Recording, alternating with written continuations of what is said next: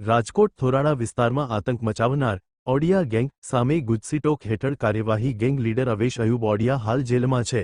નવસાગરીતો police સકંજામાં છેલ્લા 10 વર્ષમાં ખૂન, લૂંટ અને સરકારી અધિકારીઓ પર હુમલા સહિત 34 જેટલા ગુનાઓ નોંધાયા। ગેરકાયદેસર પ્રવૃત્તિઓ દ્વારા મેળવેલી મિલકતો ટાંચમાં લેવાની તજવીજ શરૂ।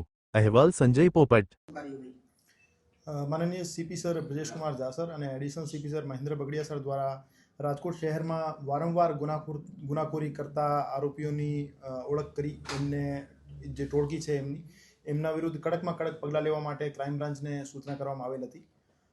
आ सूचनानी अनुपालना भागरूपे एसीपी श्री भरत वसिया साहेब, पीआई श्री गोंडलिया साहेब, पीआई श्री मनोज डामोर साहेब, पीआई श्री जादव साहेब एमनी टीमों द्वारा और खास तौर पर पीएसआई श्री सीवी जाडेजा साहेब द्वारा एवी टोळकीओने आइडेंटिफाई करी एना विरुद्ध गुजसीटोकनी दरखास्तों करवानी कामगीरी चालू हती।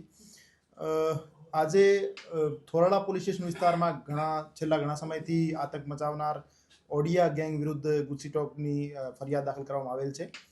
आ ओडिया गैंगना लीडर तरीके अवेश अयूब भाई ओडिया छे।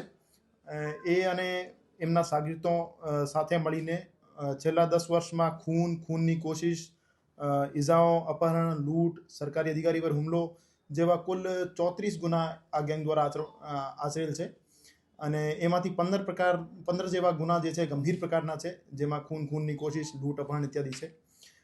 કુલ 10 પૈકી અરબાજ, સબીર, ઇમ્તિયાજ, અનીશ, શાહિદ સહિત 9 આરોપીઓ ક્રાઇમ બ્રાન્ચ દ્વારા સકંજામાં લઈ લેવામાં આવેલ છે અને એક જે આરોપી એનો ગેંગ લીડર છે અવેશ અયુબભાઈ ઓડિયા, એ પાસામાં જેલ હવાલે ઓલરેડી છે, તો એની કસ્ટડી મેળવી લેવામાં આવશે અને આ તમામ આરોપીઓની જે ગેરકાયદેસર પ્રવૃત્તિઓથી જે અર્જિત મિલકત છે એમની તપાસ થશે અને એને ટાંચમાં લેવાની કાર્યવાહી કરવામાં આવશે।